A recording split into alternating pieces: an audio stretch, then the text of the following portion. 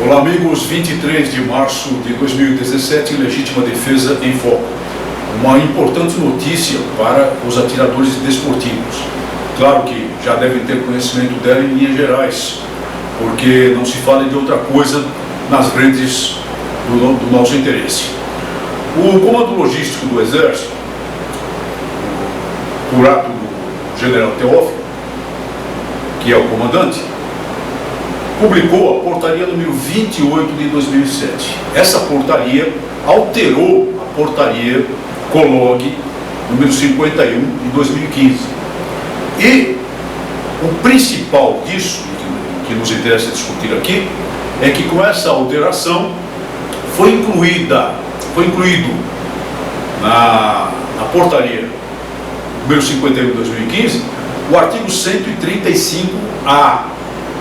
Esse artigo passou a autorizar o transporte por atiradores desportivos de uma arma de fogo municiada de seu acervo entre os locais de guarda do acervo, ou o local de guarda de acervo, e o local de competição ou treinamento.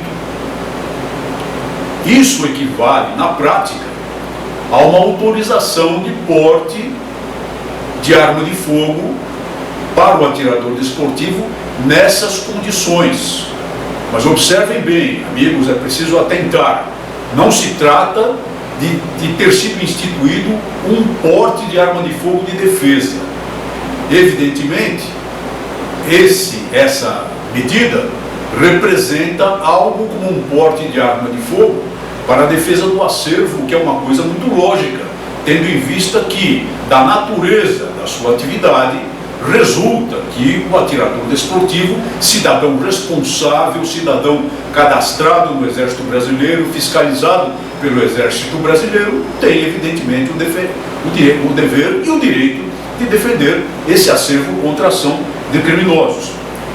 É preciso atentar, porém, para que tudo deriva do fato de que a Lei 10.826, o famigerado o famigerado Estatuto do Desarmamento, embora no seu artigo 6º, inciso 9, previsse a questão do porte de arma para os integrantes das entidades de tiro legalmente constituídas, tinha essa disposição dependente de regulamentação. E qual é essa regulamentação, senhoras e senhores? É o decreto 5.123, que trata da questão da prática do tiro desportivo no artigo 30, cuja redação é confusa e diz, no caput do artigo 30, que compete ao Comando do Exército estabelecer normas para a prática do tiro desportivo, portanto, para os atiradores desportivos, para as agremiações de tiro desportivo. E fala no parágrafo 1º do artigo 30 que as armas pertencentes a essas entidades e a seus integrantes, ou seja, os atiradores desportivos, terão autorização para porte de trânsito a ser expedida pelo Comando do Exército. No decreto, essa autorização é a guia de tráfego. Só ela, só isso, já deveria ser suficiente para o entendimento de que as armas da guia de tráfego permitiriam o porte. Mas logo mais adiante, fazendo confusão, no parágrafo 2º, mencionava-se, como se menciona também no artigo 32 para colecionadores e caçadores, que o transporte seria municiado. Das armas seria, o transporte seria permitido para armas desmuniciadas. Uma confusão, uma redação completamente imprópria, que causou e vem causando o quê? A prisão em flagrante delito de atiradores desportivos encontrados portando armas de seu acervo, mesmo que em deslocamento para competições municiadas.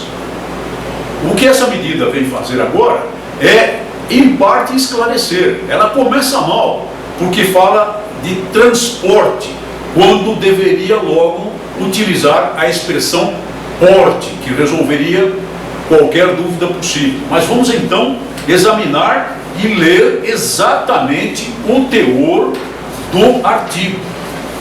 ele é o seguinte: fica autorizado o transporte de uma arma de porte do acervo de tiro desportivo municiada nos deslocamentos do local de guarda do acervo para os locais de competição ou treinamento. Esse é o teor exato da norma. Vamos então verificar quais são as consequências. Primeiro, já discutimos, não é transporte e não porte. Então, para evitar qualquer confusão, senhoras e senhores que pretendem se utilizar desse direito, levem consigo uma cópia da própria portaria. Uma cópia da própria portaria. Lembrem-se de que na guia de tráfego e no certificado de registro de arma de fogo dos atiradores desportivos, costuma constar que aquele documento não é porte. Então levem o texto da portaria, plastifiquem, reduzam, mas levem claramente legível para exibir ao policial no caso de uma inspeção, de uma fiscalização. Observe mais o seguinte: a norma fala de uma e apenas uma arma do acervo. Não levem, portanto, mais do que uma arma. A norma não permite, por exemplo, o backup. Estejam muito atentos a isso. E repetimos aqui: do acervo. O atirador desportivo, se sofrer uma inspeção policial, terá de provar que aquela arma é de seu acervo. Então, levem consigo a guia de tráfego, levem consigo o certificado de registro, especialmente daquela arma de fogo que estarão a transportar, na prática, a portar. Isso é muito importante para evitar mal-entendidos com as fiscalizações policiais. Observem ainda um outro pormenor: a norma fala em arma de porte. Arma de porte, portanto, nada de arma longa. A norma, evidentemente, pretende referir-se à pistola ou revólver do acervo do atirador. Curiosamente, essa norma não faz restrição a calibres. Então, a melhor interpretação dela é que é permitido esse transporte, que na verdade é porte, para qualquer pistola ou revólver do atirador, do acervo do atirador desportivo, independentemente de calibres, mas não arma longa. E observem bem a questão do deslocamento. A norma fala do deslocamento do local de guarda do acervo para o local de competição ou treinamento. Então vejam só: o atirador desportivo normalmente treina, e só pode treinar, evidentemente, em um local adequado, que será o clube ao qual está vinculado, a agremiação, a entidade de tiro a qual está vinculado. Então, leve consigo o documento que demonstra a sua vinculação àquela agremiação nos seus deslocamentos para treinamento. Quando quando a questão for de competição e não de treinamento, e portanto, você, meu amigo, senhora, vai se deslocar para um outro clube onde não costuma treinar, leve alguma coisa, um documento, um panfleto, algo assim, que ateste a existência daquela competição. Observe bem: se é competição, é no dia da competição, não no dia seguinte, não no dia anterior. E tudo isso lhes poderá ser exigido numa fiscalização policial. Levem esses documentos. E atentem bem também para a questão do itinerário, porque isso será questionado, sem dúvida alguma, numa inspeção policial. Se o amigo, se a senhora reside, digamos, em Jaú, a simpática cidade de Jaú, e vai e costuma treinar, é vinculado a uma agremiação de tiro, digamos, em Barra Bonita, não utilize esse deslocamento para visitar um parente em Mineiros do Tietê. Porque se o senhor e a senhora forem encontrados em Mineiros do Tietê, nessa condição, a situação poderá ser interpretada pelos policiais, e certamente será interpretada pelos policiais como uma violação da norma que admite o deslocamento apenas do local de guarda do acervo para o local de competição ou de treinamento. Isso lhes poderá custar uma prisão em flagrante delito, uma autuação em flagrante delito. Estejam muito atentos a essas questões. Essa norma alivia um pouco a situação dos atiradores desportivos, mas não representa uma autorização geral de porte de arma de fogo. Vejam bem, estejam bem atentos e não vão passar por situações vexaminosas ou ter de se submeter a uma situação de socorrer-se urgentemente de um advogado para cuidar das senhoras e senhores num caso de prisão em flagrante delito.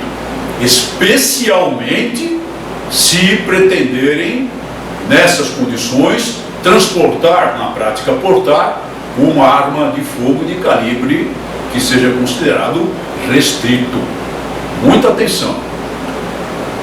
Falaremos mais sobre o assunto, falaremos mais sobre as raízes dessa medida, de como ela surgiu, num próximo programa, para não tornar muito longo o nosso programa de hoje. Esperamos tê-los informado do essencial. Vamos publicar notas informativas e até pareceres a esse respeito. Acompanhem-nos. E no dia 26 de março, senhoras e senhores, estão sendo convocadas pelos diversos movimentos que já conseguiram grandes manifestações de massa democráticas no país recentemente, manifestações em todas as cidades do país contra o estado de coisas corrupto que continua a viger na política do Brasil. Eu não me surpreenderia se essas manifestações se transformassem até em protestos contra as medidas previstas a respeito das mudanças na Previdência Social. Isso é o que vamos ver no domingo. Mas é mais uma oportunidade democrática de demonstrar que o povo brasileiro não suporta mais o estado de coisas torpe e podre do poder político no nosso país. Ocorre que um dos temas colocados por várias entidades nessa movimentação, nesse dia, é o tema da revogação do draconiano Estatuto do Desarmamento, e foi incluído com destaque na pauta de várias entidades. E, portanto, mesmo que não tivesse intenção de ir no domingo para o movimento geral, talvez lhe convenha, reflita bem, talvez lhe convenha reunir-se com o seu grupo de amigos, de pessoas que pensam da mesma forma, que lutam pela nossa causa, com um grupo de atiradores desportivos do seu relacionamento, outras pessoas, colecionadores, caçadores, e engrossar o movimento, dando destaque à nossa posição pela pela revogação do draconiano Estatuto do Desarmamento, com camisetas, com faixas, com o que for possível. Dia 26 de março, domingo próximo. Muito obrigado por sua atenção e até o nosso próximo programa.